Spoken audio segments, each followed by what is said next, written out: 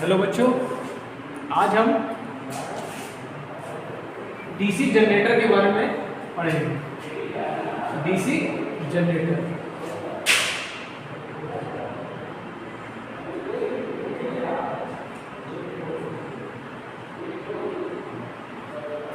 ठीक है। DC generator क्या होता है? देखिए, डीसी जनरेटर क्या करता है, आपका मैकेनिकल एनर्जी को इलेक्ट्रिकल एनर्जी में कन्वर्ट करता है। क्या करेगा? ये आपका डीसी जनरेटर हो गया, डीजी। ये क्या करेगा? आपको मैकेनिकल एनर्जी को इलेक्ट्रिकल एनर्जी में कन्वर्ट करता है।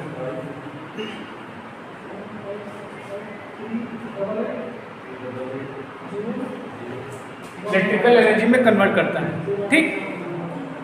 अब ये भी आपसे क्वेश्चन पूछा जा सकता है कि किस सिद्धांत पर काम करता है, ठीक है। तो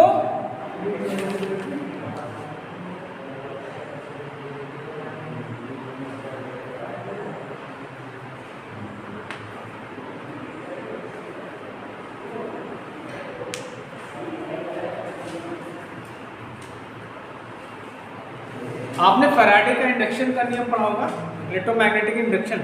उसके सिद्धांत में ये काम करता है, इलेक्ट्रोमैग्नेटिक इंडक्शन के सिद्धांत पर ये काम करता है, ठीक। अच्छा, अब डीसी जनरेटर कितने प्रकार के होते हैं, ये भी आपसे पूछा जा सकता है। तो डीसी जनरेटर आपके मेनली दो प्रकार के होते हैं, ठीक। एक होता है types of DC generator,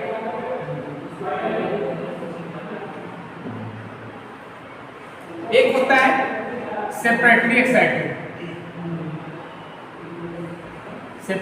excited DC generator,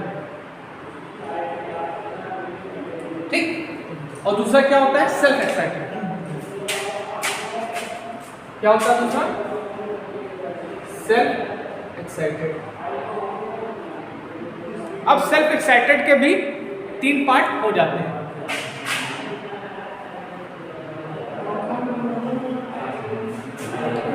पहला क्या होता है? सीरीज, ठीक। दूसरा क्या होता है? शंट होता है। और चौथा क्या? तीसरा क्या होता है? कंपाउंड।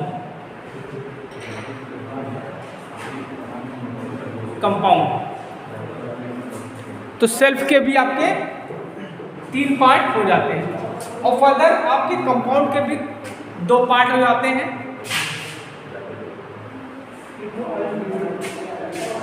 एक होता है लॉन्ग शंट, वो दूसरा क्या होता है? Short shunt.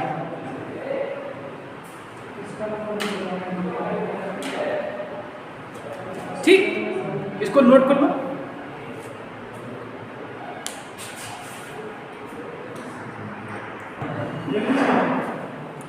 अब देखो, जो मेन पार्ट्स हैं उनको ध्यान में रखो। डीसी जनरेटर में क्या क्या पूछा है? पहला पार्ट आता है आपका योग। योग को क्या बोलते हैं? फ्रेम, ढांचा जिसे बोलते हैं, योग। योग को क्या बोलते हैं? बॉडी बोलते थे, फ्रेम बोल सकते हैं।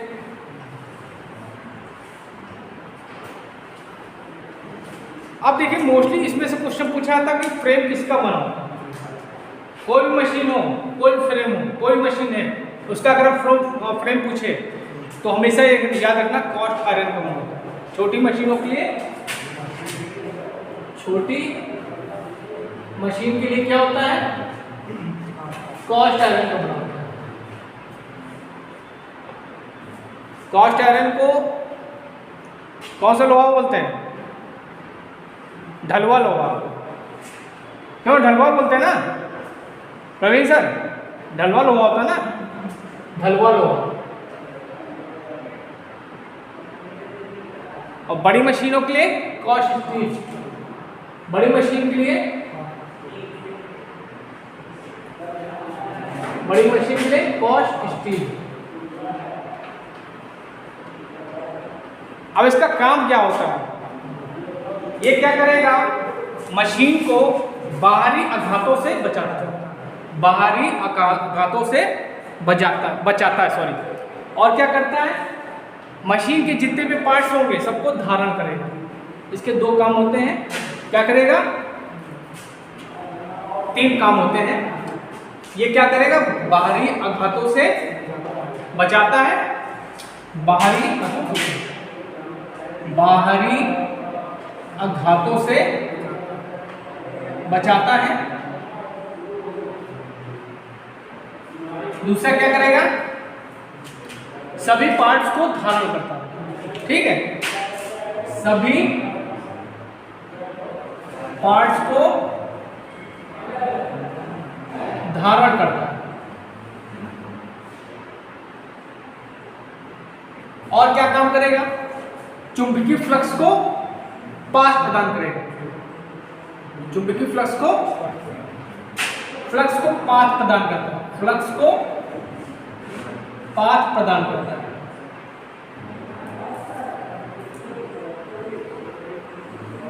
तो योग के बारे में समझ में आया।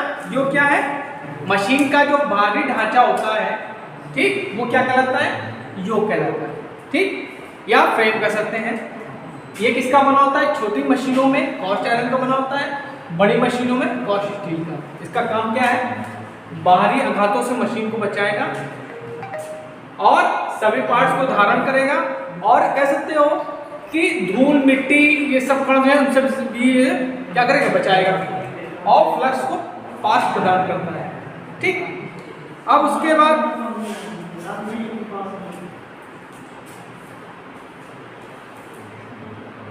ठीक है, या कह सकते हैं कि फ्लक्स को ये पूरा पाथ प्रदान करेगा, मतलब फ्लक्स को पूरा मतलब पथ प्रदान करेगा। ठीक, लिख लो इतना योग का।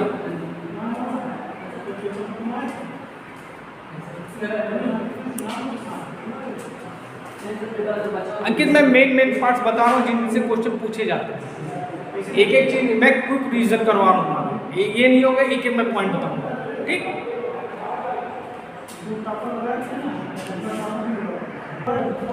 अब देखिए बच्चों, हम लोग आर्मेचर के बारे में पढ़ते हैं। आर्मेचर क्या होता है, आर्मेचर डीसी जनरेटर का घूमने वाला पार्ट है। क्या होता है, घूमने वाला पार्ट है।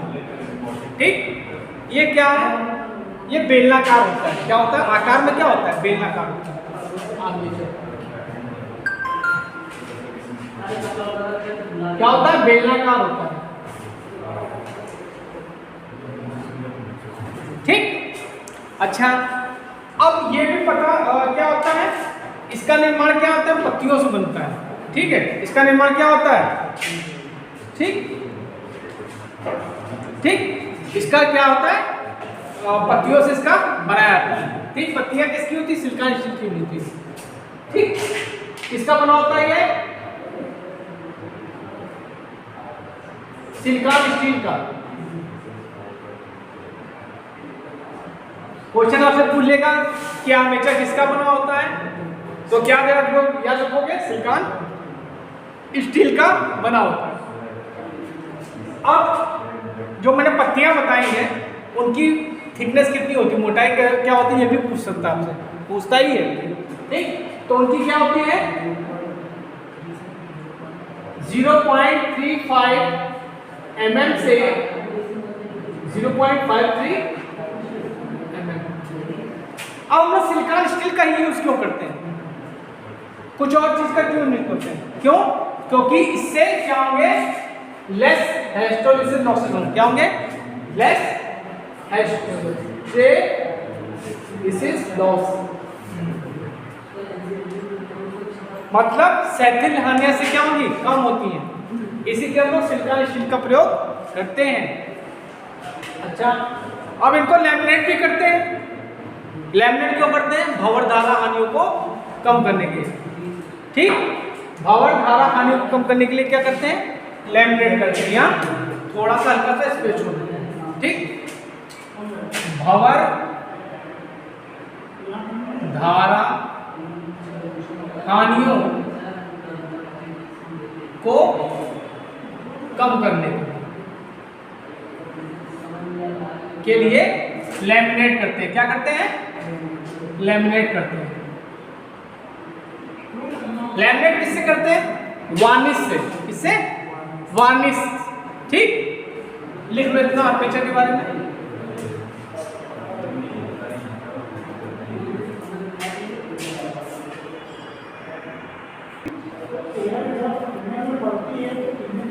देखिए कम्यूटेटर क्या होता है? आर्मेचर से कनेक्टेड होता है। ठीक, ठीक है। देखा होगा तुमने, सर ने खुलवाया वो मशीन, उसमें कम्यूटेटर होता है आर्मेचर से कनेक्टेड। कम्यूटेटर किसका बना होता है? किसका बना होता है? किसका बना होता है? Hard draw copper. किसका? हार्ड ड्रॉ कॉपर, ये इसका बना होता है। ये क्वेश्चन पूछा जाता है कि जो कम्यूटेटर होता है किसका बना होता है। ठीक, अब इसका काम क्या है? कम्यूटेटर क्या करता है? एसी को डीसी में कन्वर्ट करेगा, अल्टरनेटिंग करंट को डीसी करंट में कन्वर्ट करेगा। एसी को डीसी में कन्वर्ट करता है। ठीक, इसमें जनरेटर में। जनरेटर में क्या करेगा? एसी को डीसी में कन्वर्ट कर देगा। और मोटर में क्या करेगा? डीसी को एसी में कन्वर्ट कर देगा। डीसी को एसी में कन्वर्ट कर देगा, इसमें मोटर होगा। ठीक, और ये क्या करता है? ये करंट को भी स्टोर करता है। क्या करता है? करंट को भी स्टोर करता है। करंट को स्टोर करता है।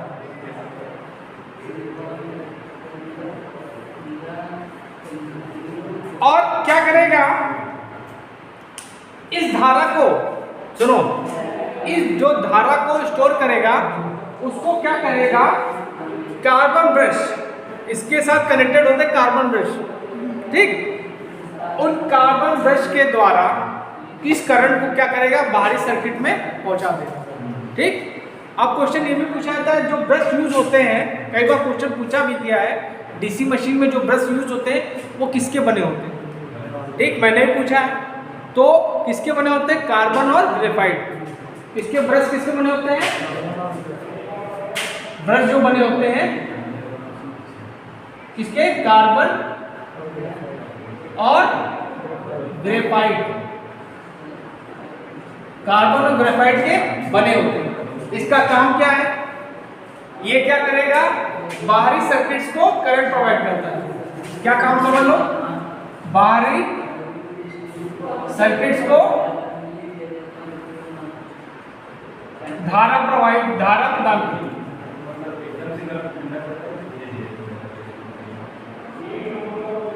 लिख लो इसको।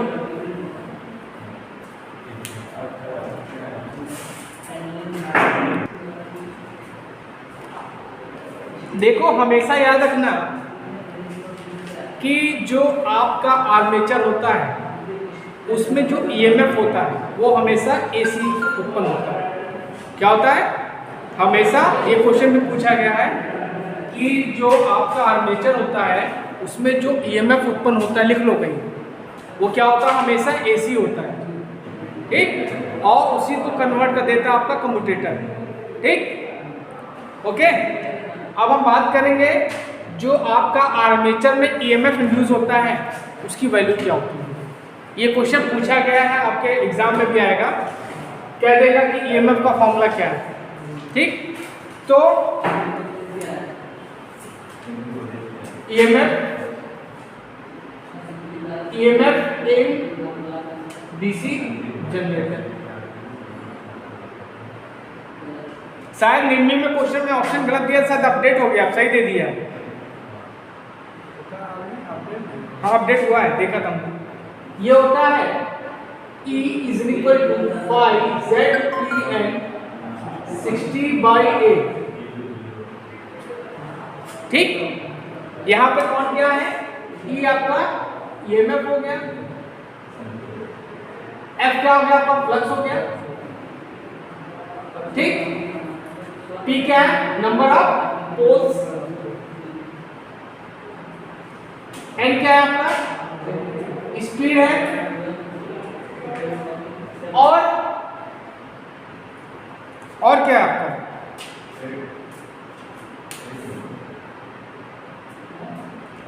Z क्या आपका? Total number of conductor in slots.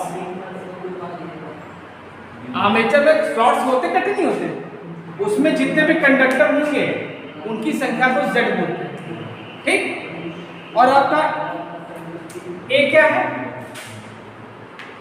ये क्या है? जितने भी पैरेलल पाथ बनेंगे उनकी संख्या, number of parallel paths, number of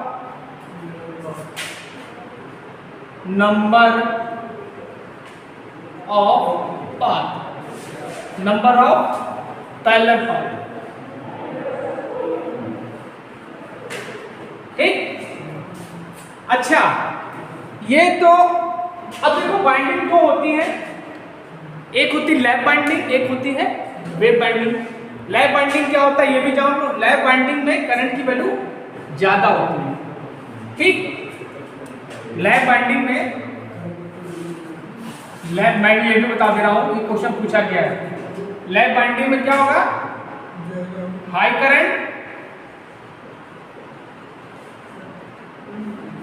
low voltage. क्या होगा? हाई करंट होगी और लो वोल्टेज होगी। जबकि वेव बाइंडिंग में क्या होगा? ये याद रखना, ये भी क्वेश्चन पूछा गया है। हाई वोल्टेज,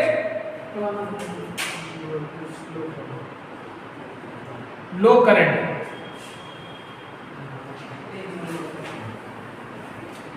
ठीक, लैप बाइंडिंग में हम लोग कहाँ करते हैं? जहां पे हमको करंट ज्यादा चाहिए, और जहां पे हमको वोल्टेज ज्यादा चाहिए वहां पे वेव बाइंडिंग करते हैं। अच्छा, एक बात और जानो, लैप बाइंडिंग होगी तो उसमें ईएमएफ का फॉर्मूला क्या होगा? देखो, जब लैप बाइंडिंग होती है, लैप बाइंडिंग में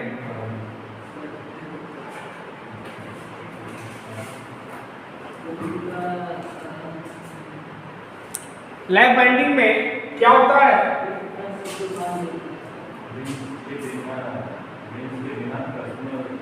लैप बाइंडिंग में क्या होगा?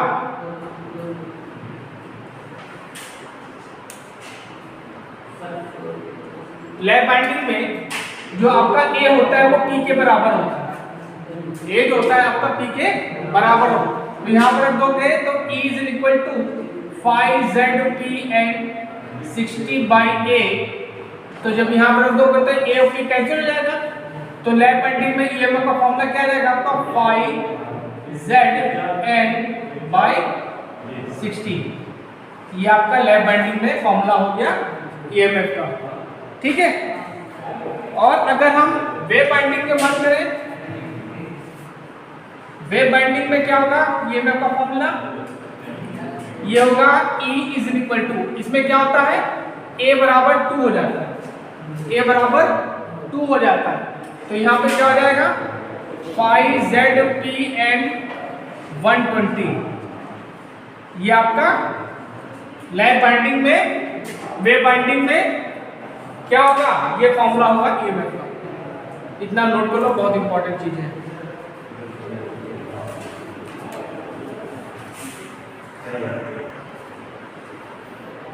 अब देखिए हम क्या करेंगे, जो जितने भी जनरेटर हैं उनके बारे में डिस्कस करते हैं। ठीक, पहला है आपका separately excited DC generator.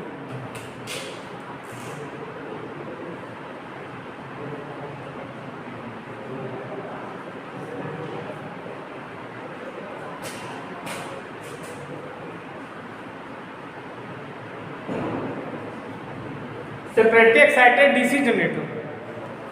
Separately excited DC generator वो होता है जिसकी फील्ड का एक्साइटेशन हम दूसरी सोर्स के द्वारा कर सकते हैं। दूसरा सोर्स आपका क्या हो सकता है, आपकी बैटरी हो सकती है या कोई छोटी सी मोटर हो सकती है। इस जनरेटर का प्रयोग हम बहुत कम करते हैं, ना के बराबर होता है, लेकिन आप पढ़ लीजिए, ठीक है। इस जनरेटर का प्रयोग क्या होता है, ना के बराबर होता है, ठीक। अब देखिए इसमें क्या हो गया, ये आपकी फील्ड वाइंडिंग हो गई और ये आपका आर्मेचर हो गया।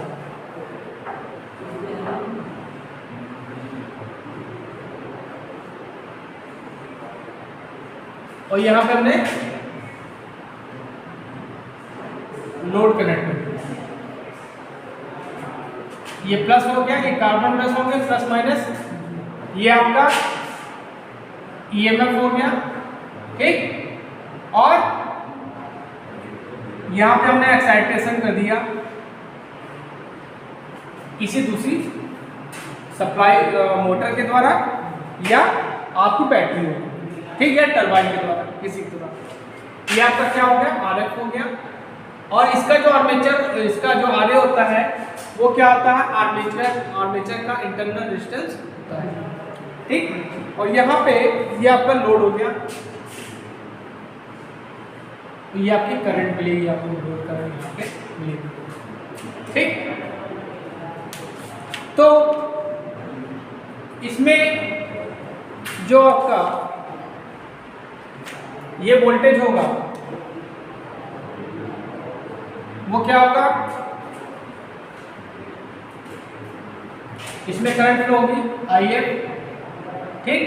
जो क्या होगा IF और RF के मल्टीप्लाई के बराबर होगी, ठीक है। और जो आपका EMF होगा, ठीक है, जो आपका ये EMF होगा वो क्या होगा, ये होगा आपका IARA प्लस यहाँ पे जो वोल्टेज ड्रॉप होगा IL और R, इसके बराबर होगा, ठीक है। तो अब देखो ध्यान दो, ये एक दूसरे के क्या है, पैरेलल है, तो पैरेलल में वोल्टेज क्या होता है, सेम रहता है, हाँ, वोल्टेज क्या होता है, सेम होता है। तो यहाँ पे अगर हम V लिख देते हो क्या होगा, E इज इक्वल टू हो जाएगा आपका IARA प्लस V हो जाएगा। सो अगर हम यहाँ पे आर्मेचर करंट की वैल्यू निकालेंगे तो क्या हो जाएगा, E minus V upon RA, ये आपकी आर्मेचर करंट होगी, ठीक है। और जो आर्मेचर में विद्युत शक्ति होगी वो क्या होगी, electric power, electrical power in armature, वो क्या होगी, EA is equal to E into IA, ये पावर इसमें आर्मेचर में होगी, लिख लो इसको।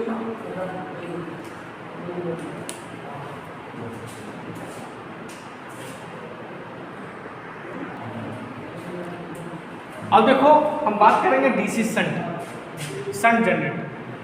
शंट माने क्या होता है, शंट माने होता है पैरेलल, समानांतर, ठीक।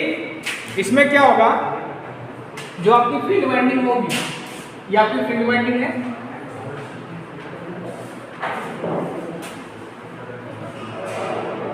वो क्या होगी, आर्मेचर के पैरेलल में होती है, आर्मेचर वाइंडिंग के पैरेलल में होती है, इसलिए हम लोग उसको डीसी शंट बोलते हैं। शंट माने पैरेलल, ठीक। और ये आपका लोड हो गया, ठीक। अच्छा, अब ये देखो पॉजिटिव, ये नेगेटिव, ये आपका ईएमएफ हो जाएगा। और इसमें करंट आर्मेचर क्या होगी, यहां से निकलेगी, ठीक। और ये आपका क्या हो जाएगा, RF हो गया, और इसका जो रेजिस्टेंस हो जाएगा वो क्या हो जाएगा, RA हो जाएगा, ठीक। अब ये करंट जो होगी दो भागों में बढ़ जाएगी, ये आई एस एच हो जाएगी और ये आपकी आई एल हो जाएगी। ठीक, ओके, समझ में इतना?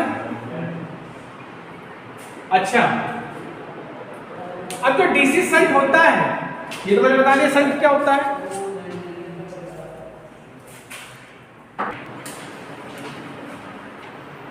अब देखिए शंट में क्या होता है, ये आपकी फील्ड वाइंडिंग है और ये आपकी आर्मेचर वाइंडिंग है। ठीक, अब देखिए इसमें क्या होता है, मोल टर्न्स होते हैं। क्या होते हैं? मोल टर्न्स।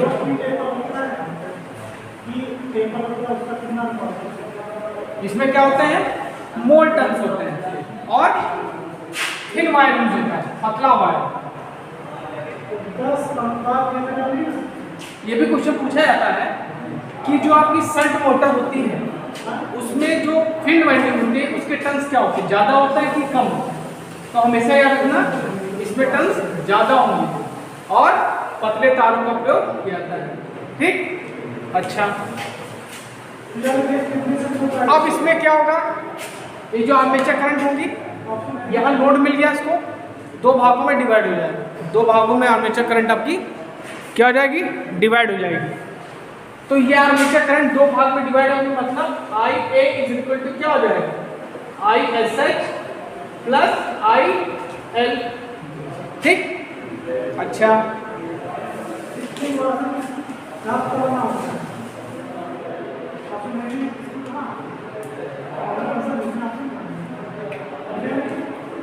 अब यहाँ पे जो ईएमएफ की होगा, ये जो ईएमएफ होगा इसकी वैल्यू क्या होगी, E is equal to I A R A plus I L R L. ठीक, अब देखो क्या होगा बेटा, वोल्टेज क्या होता है, पैरेलल में सेम होता है। तो यहाँ पे जो वोल्टेज होगा, यहाँ पे जो वोल्टेज होगा और यहाँ पे जो वोल्टेज होगा क्या होगा, सेम होगा। अब यहाँ पे जो वोल्टेज होगा वो क्या होगा, V is equal to I S H R S H के बराबर होगा। ठीक, तो यहाँ पे हम क्या कर सकते हैं, यहाँ पे जो वोल्टेज होगा वो भी सेम होगा, तो यहाँ पे हम इसकी जगह क्या लिख सकते हैं, V लिख सकते हो। तो क्या आ जाएगा, E I A R A plus V हो गया।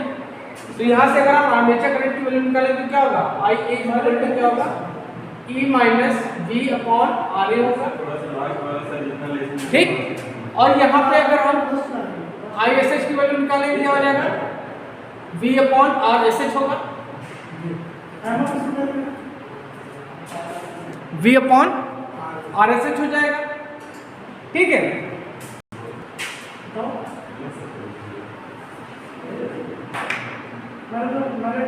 अगर यहां से हम निकालें E is equal to I A R A plus V हो गया, तो यहां से अगर हम V की वैल्यू निकालेंगे तो क्या आ जाएगा, ये जो आर्मेचर ड्रॉप है इसको बोलते हैं आर्मेचर ड्रॉप। आर्मेचर में जो वोल्टेज ड्रॉप होता है इसको आर्मेचर वोल्टेज ड्रॉप बोलते हैं। तो यहाँ से अगर हम V की वैल्यू निकालेंगे तो क्या आ जाएगा, V is equal to E minus I A R A होगा। तो ये यहाँ पे देखो, यहाँ से अगर हम इसको और इसको बराबर रख सकते हैं, V बराबर I S H R S H, तो यहाँ पे क्या है, V equal to E minus I A R A, तो दोनों इक्वेशन को बराबर रख सकते हैं। तो क्या आ जाएगा, E minus I A R A equal to हो जाएगा आपका I S H R S H हो जाएगा। ठीक, तो यहां से अगर हम आई एस एच की वैल्यू निकालेंगे तो क्या हो जाएगा, I S H equal to हो जाएगा E minus I A R A upon R S H. ठीक, इतना इक्वेशन होगा। अब यहाँ जो आर्मेचर में जो पावर इलेक्ट्रिक पावर होगी वो क्या होगी, वो इलेक्ट्रिक पावर होगी आर्मेचर में पी ए इक्वल टू क्या हो जाएगा, E माइनस आई ए के बराबर होगा। अब बात करेंगे ये तो आपकी इक्वेशन होगी इस सर्किट में कौन सी क्या है, कैसे फ्लो हो रही है। अब हम बात करेंगे डीसी सन जनरेटर का यूज कहाँ करते हैं। डीसी सन जनरेटर का यूज कहाँ करते हैं ये भी पूछा जाता है ना, ये भी पूछ लेगा कहाँ किसका क्या, कौन सा वायर कहाँ से, इसमें टर्न्स कितने हैं और कैसे होते हैं और किसका प्रयोग करते हैं। लेकिन अब पूछ लेता है कि डीसी जनरेटर का प्रयोग हम लोग करते क्या, शंट का। तो जो डीसी शंट जनरेटर होता है इसका प्रयोग हम लोग बैटरी चार्जिंग में यूज करते हैं, बैटरी चार्जिंग में इसका यूज करते हैं। जो डीसी शंट जनरेटर होता है कहाँ यूज होता है, बैटरी चार्जिंग में इसका प्रयोग हम लोग करते हैं। ठीक, लिख लो इतना।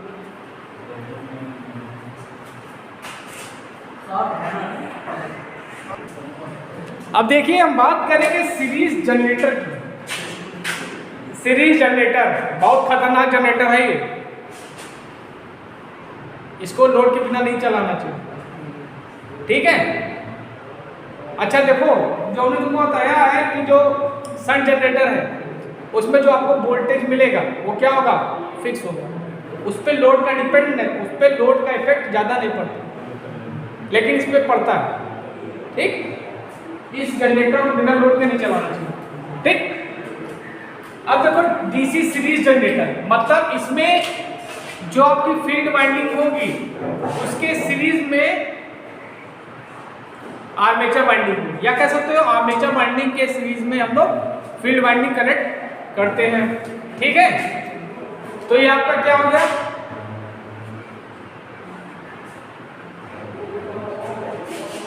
ये आपका ये प्लस हो गया, ये माइनस हो गया। ठीक, और ये आपका ईएमएफ हो गया, और ये आपका इसका रेजिस्टेंस हो गया, इंटरनल रेजिस्टेंस। ठीक, अच्छा अब इसके सीरीज में हमने फील्ड वाइंडिंग लगा दी, समझे भैया। इसमें क्या हो गया, हमने फील्ड वाइंडिंग इसके सीरीज में लगा दी। ठीक, ये आपका आरए हो गया। ठीक, और यहां पे हमने क्या कर दिया, लोड लगा दिया।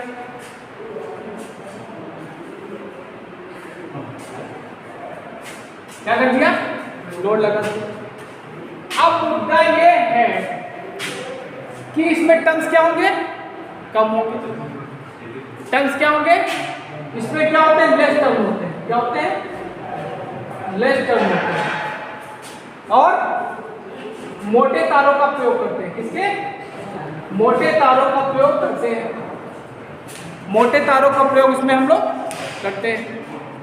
ठीक, क्यों, कभी सोचा है, सर ने पढ़ा दिया तो पढ़ाया होगा, सही पढ़ाया होगा, कभी सोचा है क्यों मोटा क्यों यूज करते हैं।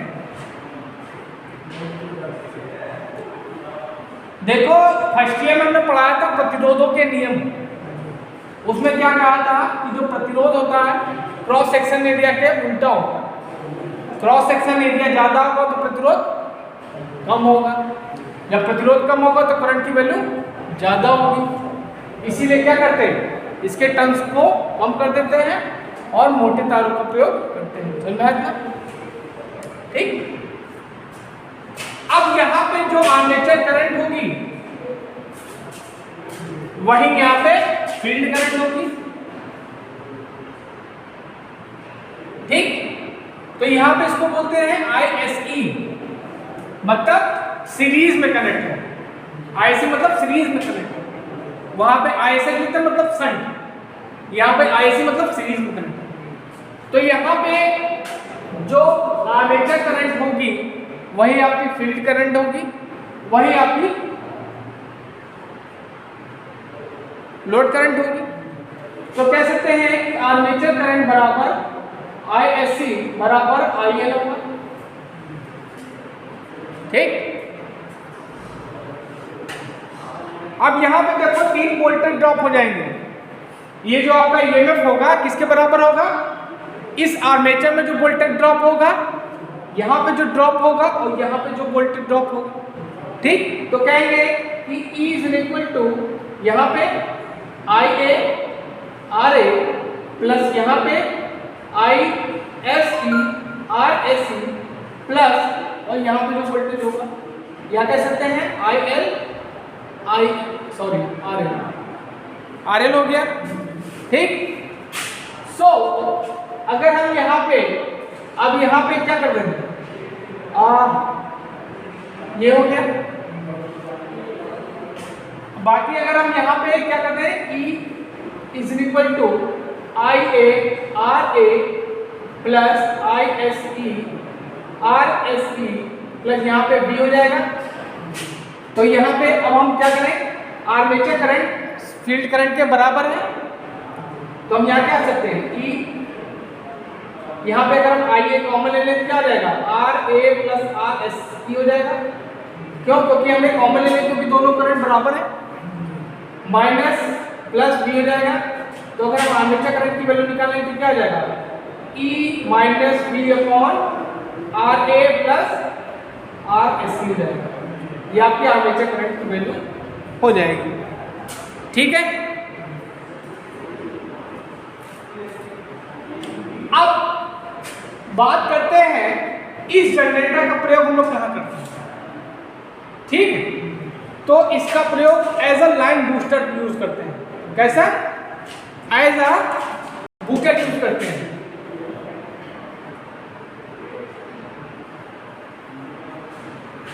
इसका प्रयोग हम लोग बूस्टर की तरह करते हैं, वोल्टेज को इंक्रीज कर देगा, वोल्टेज को बढ़ा देगा।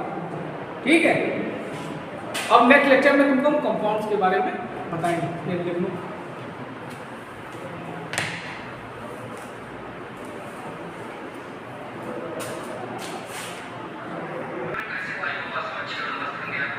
अब देखिए कंपाउंड जनरेटर के बारे में बात करेंगे। पहला है लॉन्ग शन कंपाउंड जनरेटर। ये देखिए, ये आपकी फील्ड वाइंडिंग हो गई। ठीक, वही आपकी ये शंट वाइंडिंग हो गई, ये आपकी सीरीज वाइंडिंग हो गई। ठीक, चलो अब देखिए यहाँ से आर्मेचर करंट निकली, यही आर्मेचर करंट आपकी क्या होगी, इस फील्ड वाइंडिंग से होकर जाएगी सीरीज फील्ड वाइंडिंग, और यही फील्ड वाइंडिंग यही करंट जो है आपकी दो भागों में डिवाइड हो जाएगी। क्या हो जाएगा, आर्मेचर करंट जो है ये क्या IC के बराबर होगी, और ये ISH इसके दोनों सब के बराबर होगा। ठीक है, अब देखिए यहाँ पे जो EMF होगा, ठीक, इसमें वोल्टेज ड्रॉप होगा।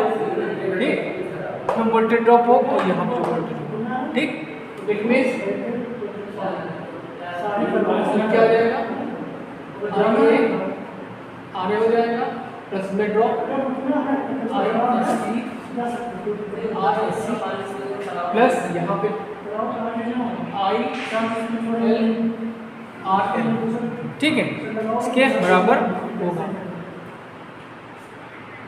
अब यहाँ पे ILRL को हम क्या ले सकते हैं, मिल सकते हैं। तो क्या हो जाएगा, E IRA plus ISC RSC, ये भी हो जाएगा। देखो आर्मेचर करंट और ये सेम है, यहाँ से क्या कर लेंगे, E माइनस B हो जाएगा, यहाँ से IM में कॉमन हो गया तो क्या हो जाएगा, RA प्लस RSE हो जाएगा, और यहाँ से करंट को लिखेंगे तो I equal to E minus और RA प्लस RSE। ठीक, चलो नोट करो बनाइए। ठीक,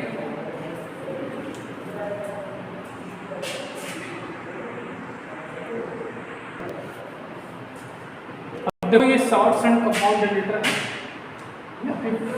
फील्ड वाइंडिंग होगी शंट वाली, ये आपकी सीरीज वाइंडिंग होगी। ठीक, अब यहाँ पे जो आर्मेचर करंट होगी, ठीक है, वो क्या नहीं, यहाँ नोड बन जाएगा, नोड है यहाँ पे दो भागों के डिवाइड करना है, तो ये आर्मेचर करंट शंट में और सीरीज में कन्वर्ट हो जाएगी। It means armature current is equal to क्या हो जाएगा, ISH प्लस ISC, और यहाँ ISC जो होगी यही लोड करंट हो जाएगी। ठीक है, हो जाएगा IL। ठीक, अच्छा, अब हम यहाँ पे अगर हम वोल्टेज की बात करें, ठीक, तो क्या होगा, यहाँ पे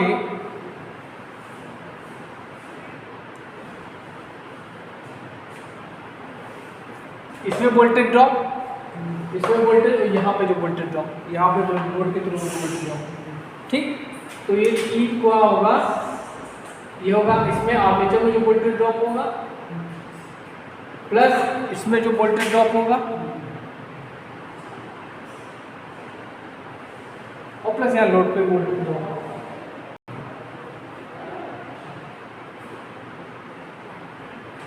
अच्छा, अब इसकी हम क्या लिख सकते हैं, वी लिख सकते हैं। हाँ, तो क्या हो जाएगा, E is equal to I A R A plus I S E R S E plus B हो जाएगा। तो यहाँ से आर्मेचर करंट की वैल्यू निकालेंगे, I A plus I S E R S E equal to क्या हो जाएगा, ई माइनस बी हो जाएगा। ठीक,